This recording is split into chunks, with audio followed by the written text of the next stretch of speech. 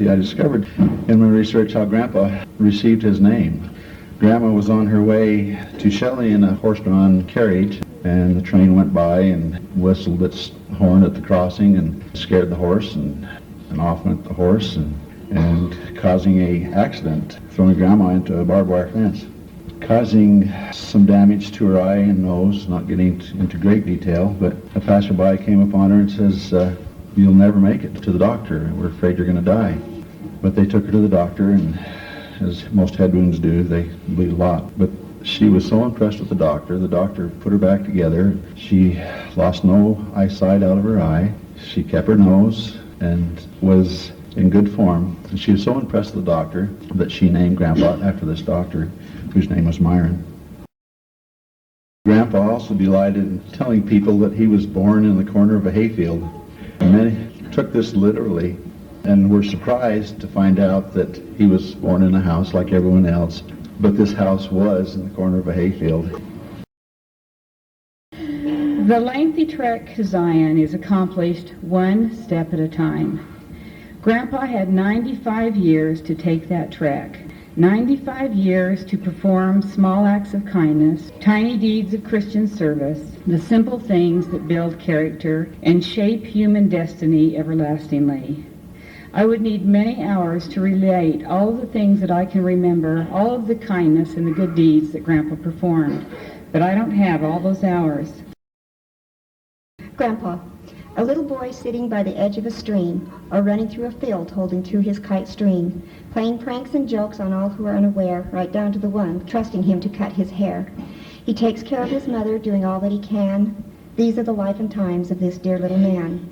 He works hard and is always laughing at life. Then he finds that special woman and makes her his wife. Raising 6 children, teaching them values, respecting all others' choices and views. His family grows and grandchildren come. He teaches them all how life can be fun. His grandchildren then have children of their own. My Grandpa, how your family has grown. He shows them all his quiet spirit and grace, his only reward, the smile on their face. Now the time has come for you to join those who have gone. We'll miss you like crazy, but your memory lives on. I used to stay summers with them, and I used to go, when I was at Rick's College, go and spend weekends with them a lot. And I'd walk in the door, and Grandpa handed me the keys to the car. The car was mine, and he gave me gas money to go with it. And just anything to make sure that I was having a good time and enjoying life. I remember him watering down his big, expansive lawn in front of their house. In the winter time, he'd water it down so it'd freeze overnight, so all of the grandchildren could have an ice skating rink, all of our own. As Grandpa grew up, there was many rumblings from his sisters claiming he was the favorite of Grandma and his grandmother Croft, because they liked to heap his plate up with food. They'd take some of the best food they've reported and put on his plate and give it to him. And the reason they would do this, they'd claim a boy needs a good insides. To go along with food, I remember seeing Grandpa many times at the dinner table.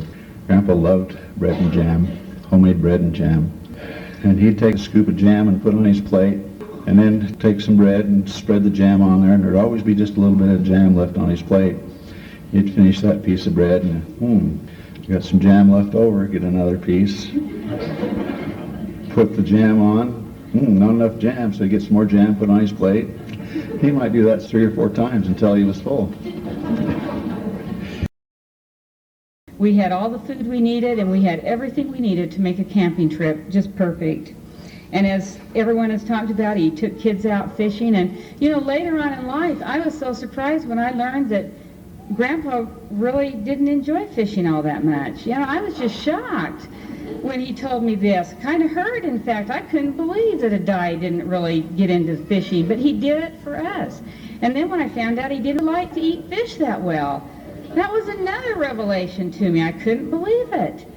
But it was a testament to me that he had done things that he didn't particularly enjoy doing, because he did it because it made other people happy. I marvel that he would do this, that he would sacrifice what he wanted to do, because the most important thing to him was that his family was happy. Dad, oh Dad, bring in the spuds. Let's get them peeled. We're going to have company for dinner tonight. Dad, Bring me my sweater, I feel a draft. We all thought that Grandma was maybe a little bit bossy or demanding, but after she died, I saw how Grandpa missed her, and I wondered if he's the one that really wanted it that way. I wondered if when they were first married, he just automatically jumped up and took care of her every need, and then continued to do it throughout her life. After she broke her hip, Grandma would help her walk by putting her hands on his shoulders and walk backwards, leading her wherever she needed to go. He had plenty of practice because when I was a young girl, many years ago, many years ago, I was sick and couldn't go camping with my folks, so I'd stay with Grandma and Grandpa. I couldn't walk, so Grandpa would stick his arms under mine, support all my weight, but he'd let me think that I was really doing it on my own and that I wasn't a burden to him. He was kind, gentle, and soft-spoken, except when he went to the shed to spew his own version of choice words. He ate whatever was put in front of him. I never heard him complain, ever. In fact, he made you feel like you had fixed exactly what he would have ordered had he been given a choice. And that's just how you felt. He never, ever complained. Some of my memories of Grandpa aren't just of Grandpa. They're of Grandpa's home, the meals we had there, the times we spent in Island Park, and of course Ted and Karen both talked about meals that Grandpa and Grandma prepared, and I tried to calculate from the time they started their family, and I guess it would have been when they really started cooking meals about the time Gerald was born, about what, 49 or 50 years ago, Gerald? Yeah, right. About 75 years ago, and if you figure how many potatoes it takes, because they had potatoes for every meal that Grandpa peeled, Grandma cooked, and over about 75 years, there's got to be about 1,273,569 pounds of potatoes. And you people ate them all. A perfect, ready-to-eat sandwich or buttered roll was not safe. You turned your head for one split second and that sandwich or roll was gone. And Grandpa didn't give it back. He ate it.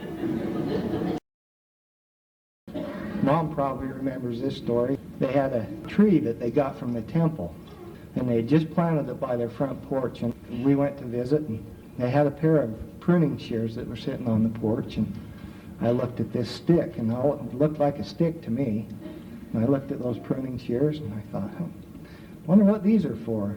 So I clipped the top of that tree off, and well, that works kind of neat. That feels kind of neat going through that tree. So I clipped another one, and before I knew it, I was clipping little pieces, and I thought, I wonder how many of these things I can clip off and get the same length. And I clipped and clipped, and about the time I had it about 5 inches long, Grandma came walking up.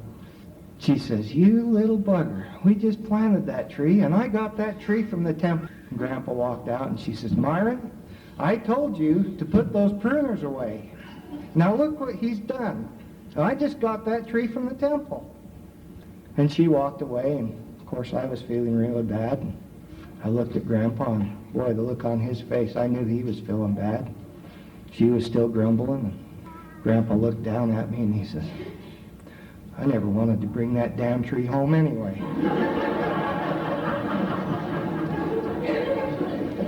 Somehow that tree started growing, and about 10 years later, it was a nice trunk, and it grown up, and it was right in front of their window. And I brought back that incident to Grandma, and she says, "Yeah," she says, "I suppose I kind of wish that tree wouldn't have grown. Now it blocks the sun in the window," and she says, "The branches rub that roof, and they make all kinds of noise, and it just makes a mess all over the yard." And she says, "Myron, I think you might have to cut that tree down." She walked away grumbling, and as she was walking away, I looked up at Grandpa, and I could see the look in his face, and that he was going to have a job cut out for him really soon. And he looked down at me, and he says, "I never wanted to bring that damn tree home anyway."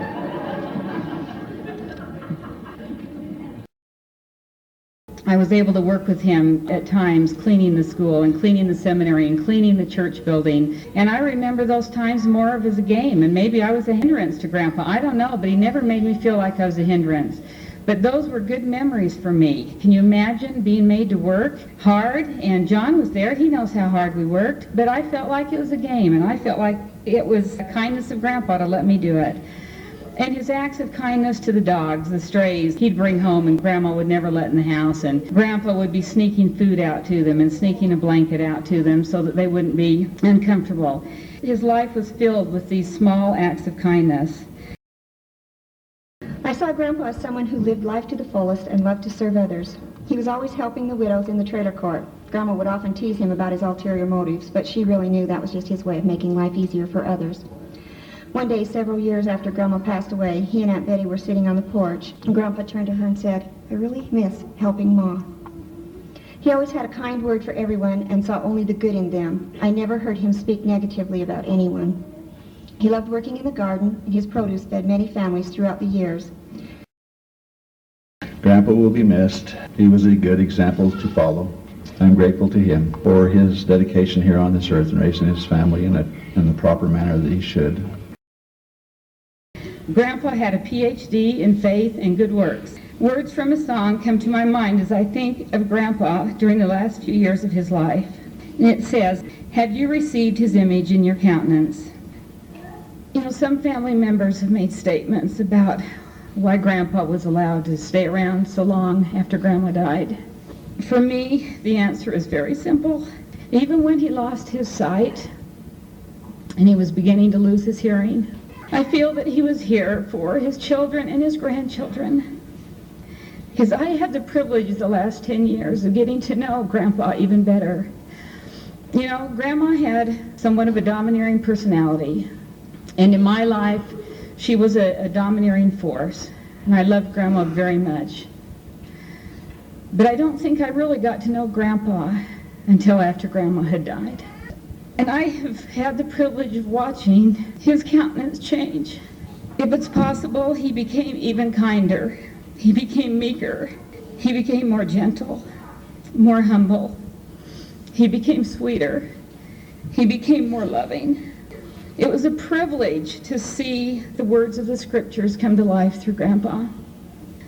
"What manner of man ought ye to be?" And Christ said, "Even as I am." I was taught firsthand that trials do not come to us as punishment, that trials are intended to refine.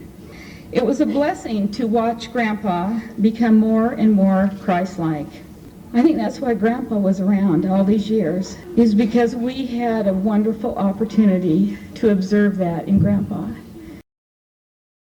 Last night we was talking. I was standing by Grandpa's casket and kind of saying a little farewell, and Ted came walking up and he says, "Boy, this is the last of a long era, isn't it?" He says, "This era is done." I said, "Yeah, it is. From our view, I guess it is done, but when we look at Grandpa, and now he's over there with Grandma, they came here and they brought us all, each and every one of us, into this family. And now Grandpa being back with Grandma, the circle is complete. And now they're ready to start bringing all of us back to the other side. So they're just ready to start a new era."